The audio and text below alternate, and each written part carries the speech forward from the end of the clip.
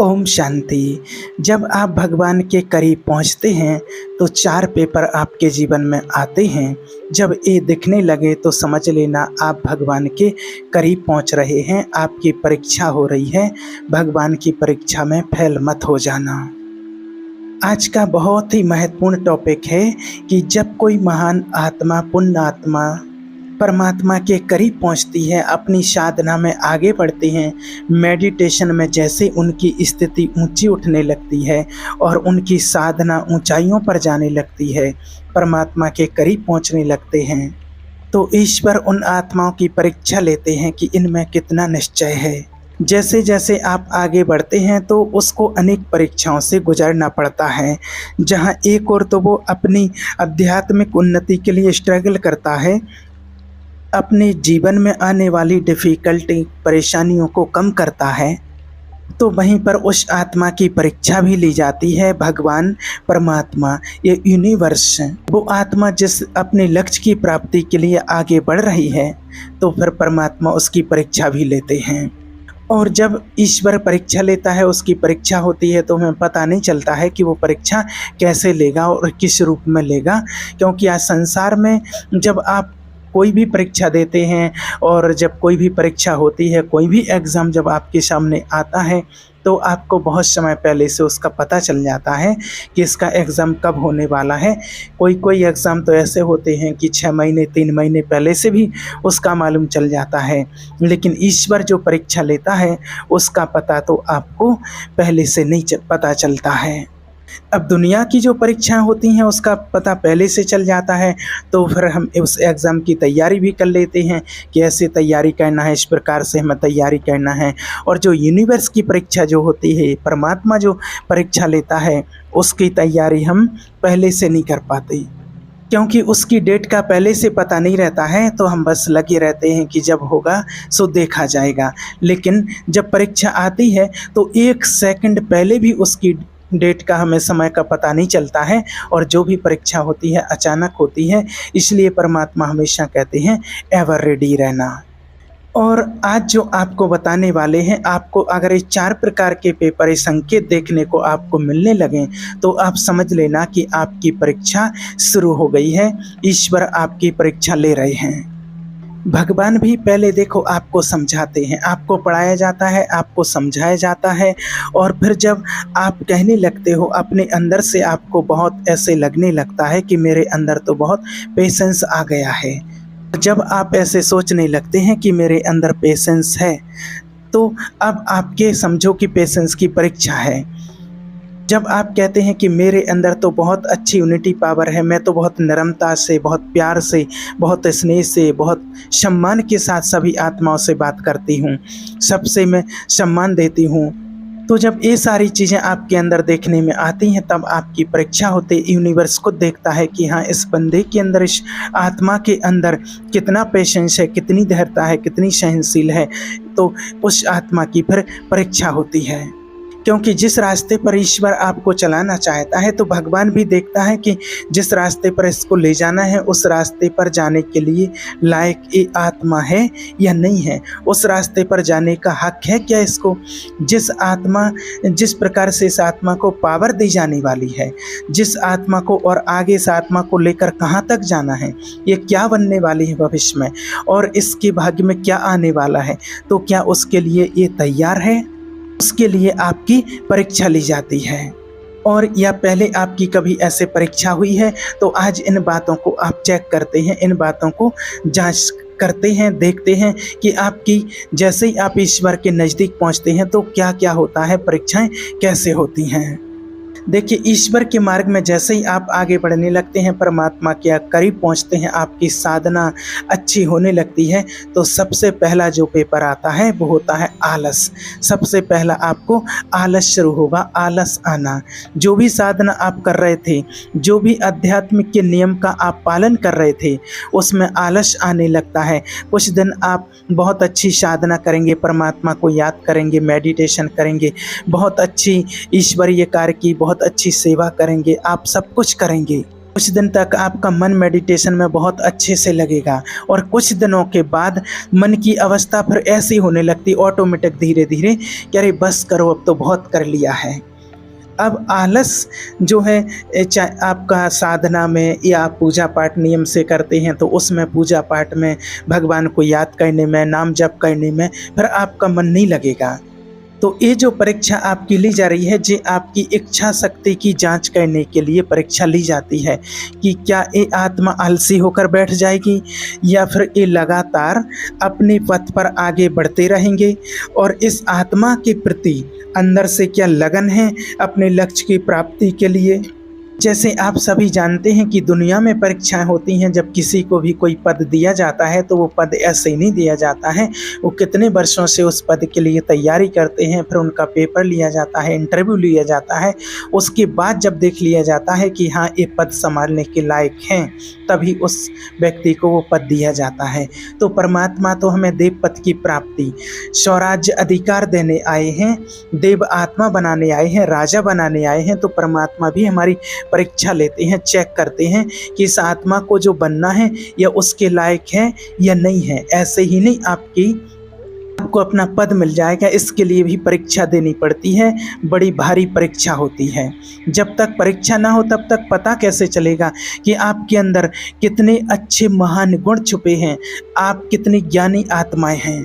इसलिए जो परीक्षा होती है आपकी मजबूती के लिए होती है, आपके गुणों को प्रकट करने के लिए परीक्षा होती है, ये आपके इरादों की परीक्षा होती है कि ये आत्मा छोटी मोटी समस्याओं से, बातों से घबरा तो नहीं जाती है। तो आप इसको चेक करना कि ये आपके साथ हुआ है क्या। और आपके नियमों की परीक्षा होती है, जो आप नियम बना लेते हैं कि हम इतने घंटे मेडिटेशन करेंगे, सुबह ब्रह्म मुहूर्त में, अमृत वेले में इतने बजे उठेंगे, भगवान को याद करेंगे, ध्यान करेंगे या पाठ पूजा करेंगे, या भक्ति मार्ग में है तो कि मुझे व्रत करने हैं, ये नियम लिया है, इतनी बार माला जाप करना है, ये उपवास करना है, ये करना है, ये साधना हमें 21 दिन तक करना है, या हमें लगातार कुछ सिद्धि प्राप्त करने के लिए 21 दिन तक की ऐसी मेडिटेशन साधना करनी है। ऐसा मैंने डेली का नियम बनाया है। और जब भी आप ऐसे नियम बनाते हैं और अपने नियम पर चलने का आप सोचते हैं, तभी आपकी परीक्षाएं शुरू हो जाती हैं। और सबसे पहला जो परीक्षा है, आपको बताया आलस, ये सबसे पहली परीक्षा होती है और ये परीक्षाओं में से सबसे पहला है। इसके लिए आपको बहुत अच्छे से तैयारी करनी है। और नंबर 2 है, जैसे ही आप परमात्मा के करीब पहुंचेंगे तो दूसरी परीक्षा होगी, वो आएगी रिश्तों की तरफ से। रिश्तों में उलझनें पैदा होगी, सगे संबंधी, माता पिता, दोस्त, पति पत्नी, पड़ोसी, रिश्तेदार इत्यादि को माध्यम बना करके आपको भटकाने का प्रयास किया जाएगा। ये माया प्रवेश करके लोगों के अंदर आती है और आपका जो रास्ता है उस रास्ते को भटकाने की बहुत लोग प्रयत्न करेंगे। और आप अच्छे से नहीं मानते हैं तो फिर वो प्रताड़ित करते हैं, तकलीफ देना शुरू कर देते हैं। रिश्तों से तकलीफ आएगी, लोग आपको बार बार कहेंगे कि अरे क्या कर रहे हैं, इस रास्ते पर क्यों चल रहे हैं, ये बेवकूफ़ी वाली बातें क्यों कर रहे हैं। सब लोग ऐसे ही करते हैं, ऐसे ही चलते हैं। आजकल थोड़ी कोई साधना होती है। और ये साधना अभी से क्या करना है, मेडिटेशन के लिए आपको क्या करना है, अभी से आपका दिमाग खराब है क्या। अरे अभी तो जीवन का टाइम है, अभी तो नींद आराम से करो, अपनी ज़िंदगी का आराम लो, ऐशो आराम करो। जब देखा जाएगा वृद्धावस्था आ जाएगी, वानप्रस्थी हो जाएंगे, तब देखा जाएगा, तब भजन किया जाएगा। अभी से ये सब कुछ करने की क्या आवश्यकता है, क्या ज़रूरत है।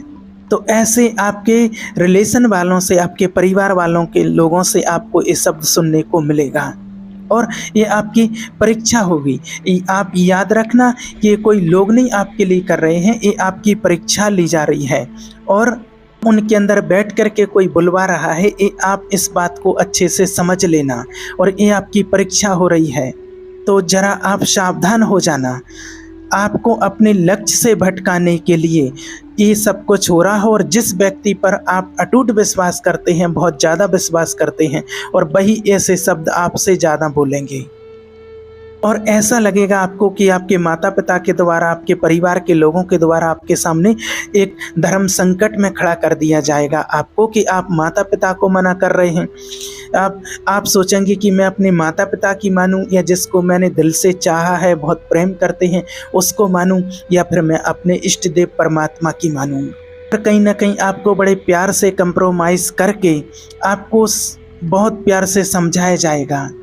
यहाँ पर आपको अपनी दृढ़ता से और परमात्मा पर विश्वास रखते हुए, ईश्वर पर भरोसा रखते हुए और सबको बड़े प्यार से समझाना होता है कि देखो आपकी सारी बातें ठीक हैं, आपकी मैं सभी बातों का सम्मान करता हूँ, आपकी सभी बातों को मानता हूँ, लेकिन ये जो मैंने परमात्मा के मार्ग को चुना है, मैंने जो ये संकल्प लिया है परमात्मा की साधना करने का, ये नियम मैं पूरे ज़रूर करूँगी। इसके लिए प्लीज़ आप मुझे ना रोकें। और आपको बस थोड़े दिन की परीक्षा होगी, आपको 2, 5, 10 दिन के लिए आपको भटकाने की कोशिश किया जाएगा। लेकिन अगर आप अपनी दृढ़ता में, आप ईश्वर में आपको निश्चय है, विश्वास है और आप अपने संकल्पों में दृढ़ हैं, तो फिर आप आगे बढ़ जाएंगे और जो लोग आपको रास्ता भटकाने के लिए आए थे वो ऑटोमेटिक वो लोग पीछे रह जाएंगे और वो आत्माएं अपने आप ऑटोमेटिक आपके आगे झुक जाएंगी। लेकिन आपके अंदर बहुत पेशेंस चाहिए, बहुत दृढ़ता चाहिए, ईश्वर में बहुत निश्चय चाहिए और आपको अपने इरादों पर बहुत मजबूत तरीके से चलना पड़ता है। याद रखिए, ये आपकी परीक्षा हो रही है। नंबर 3 है कि जैसे ही आप ये 2 परीक्षाएं पास करते हैं तो फिर तीसरा पेपर आता है परमात्मा के करीब पहुंचने के लिए। वो जो पेपर होता है वो होता है डरावने अनुभव के रूप में। कोई भी जब आप साधना करते हैं तो जब आप किसी की बात को नहीं मानते हैं तो फिर तीसरा रास्ता आपके लिए भटकाने के लिए मिलता है कि आपको मेडिटेशन में ध्यान करते समय कोई ऐसे डरावने अनुभव होंगे जो आपको, जैसे ध्यान में आपको पहले पहले बहुत अच्छा आनंद आता है, जैसे कोई लाइट दिखी, कोई किरणें दिखी मेडिटेशन के टाइम पर, या परमात्मा का कोई आपको अनुभव मिला, कुछ साक्षात्कार जैसा हुआ। लेकिन फिर कभी कभी आपको ऐसा दिखने लगेगा, कोई डरावने चेहरे दिखने लगेंगे आपको, या फिर किसी के होने का एहसास होने लगेगा कि ऐसे लगने लगेगा कि मेरे पास शायद कोई है, कोई घूम रहा है, या फिर आपको ऐसे लगने लगेगा कि आपके अंदर कोई नेगेटिविटी आ रही है या कोई नेगेटिव ऊर्जा का प्रभाव पड़ रहा है जो आपको माइंड को पूरा डाइवर्ट कर देगी। ऐसे डरावने अनुभव से भी होते हैं। ये सब आपको डराने के लिए, आपके रास्ते से भटकाने के लिए किया जाता है और जो छोटे मोटे साधक होते हैं वो यहीं से अपना रास्ता छोड़ देते हैं, अपने रास्ते से वो भटक जाते हैं और भाग जाते हैं। कई बार आपको साधना में रुद्र रूप भी दिखाई देने लगते हैं और जब तक आप इन परीक्षाओं को पास नहीं करेंगे, जब तक आप इनसे आगे, इन पेपरों से पास होते होते आगे नहीं बढ़ पाएंगे, तब तक आप अपने लक्ष्य को प्राप्त नहीं कर पाएंगे। इस बात का हमेशा ध्यान रहे। आप साधना में आगे बढ़ रहे हैं तो हमेशा सोचते रहिए कि परीक्षा तो हर पग पर होगी, हर पग पग पर होगी। कब हो जाए, किस घड़ी कुछ घटना घट जाए, कोई भरोसा नहीं है। कभी भी आपकी परीक्षा आ सकती है। आपका टेस्ट चल रहा है, आपके एग्ज़ाम आने वाले हैं, इस रूप में आपकी परीक्षा ले ली जाए, कोई भरोसा नहीं है। इसलिए आपको अपने आप को संभाल करके और दृढ़ता के विश्वास के साथ ईश्वर में विश्वास करके ही हमें चलना है कि परीक्षा हमारी कभी भी हो सकती है। और जो चौथा और विशेष पेपर आता है वो आता है विश्वास के रूप में, कि आपके विश्वास की परीक्षा ली जाती है, आपके विश्वास को परखा जाता है। ईश्वर आपके विश्वास को परखते हैं कि आप पक्के हो या नहीं हो, ईश्वर में आपका विश्वास है या नहीं है, कि आपको अपने इष्ट देव पर, अपने आराध्य पर, अपने ईश्वर शिव बाबा पर, परमात्मा पर आपको कितना भरोसा है।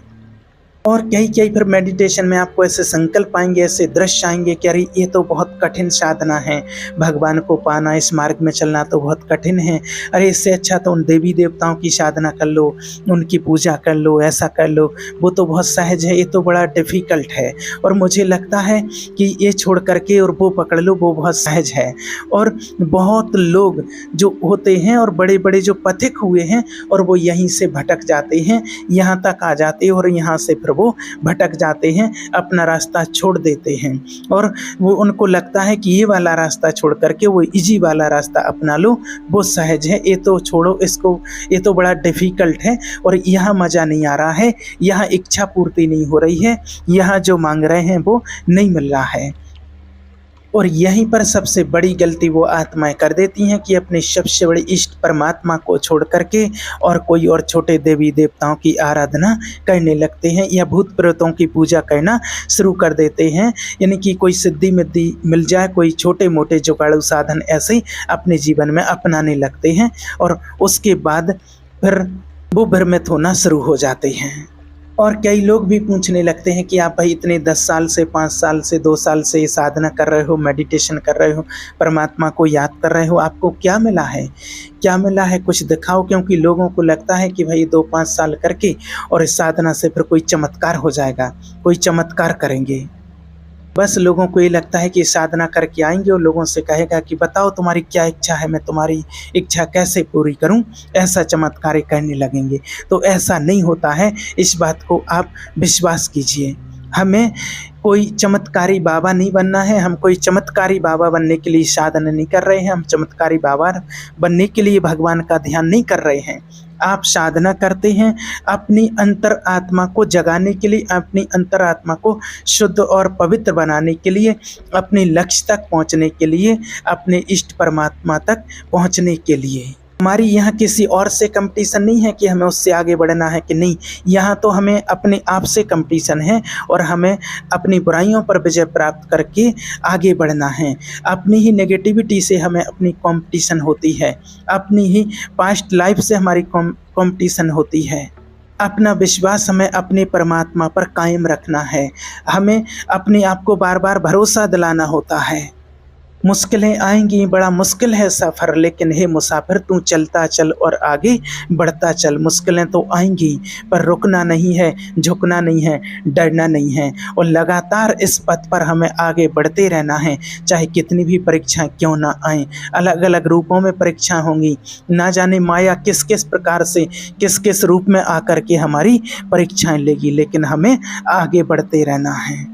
कभी आपके प्यार से परीक्षा होगी, कभी आपके प्यार के लिए परीक्षा होगी, कभी आपके धैर्य के लिए परीक्षा होगी, कभी अपनी परीक्षा लेंगे, कभी पराय परीक्षा लेंगे, कभी परिस्थितियां आपके सामने ऐसी क्रिएट हो जाती हैं, ऐसी परिस्थितियां पैदा हो जाती हैं, कोई विकट परिस्थिति आ जाती है जब आपको लगता है कि अब तो मन लगेगा कि अब तो विश्वास गया, कि अब तो बिल्कुल डगमग गया, अब तो अपने आप पर ही भरोसा उठने लगता है और सबसे पहले अपना भरोसा छूटता है, फिर परमात्मा से भरोसा टूटने लगता है।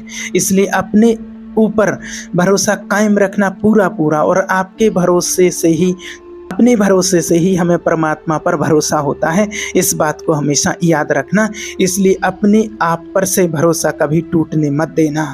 हमेशा ये अपने अंदर दृढ़ संकल्प लेना चाहिए कि हाँ, मैंने जो रास्ता चुना है वो सही है, मैंने बहुत सोच समझ करके इस रास्ते को अपनाया है और जो पूरी तर्क और बुद्धि के साथ में इस रास्ते पर मैं चला हूँ और ये रास्ता बहुत सही है, मैं अपने सही मार्ग पर चल रही हूँ। और जब आप ऐसा दृढ़ संकल्प लेकर के चलते हैं तो आपको फिर उस रास्ते से कोई नहीं भटका सकता है, चाहे कोई व्यक्ति कैसा भी हो, किसी भी रूप में माया आ जाए, लेकिन आप अपने रास्ते से फिर नहीं भटकेंगे। ऐसा विश्वास करके ईश्वर पर आपको चलना है। ओम शांति।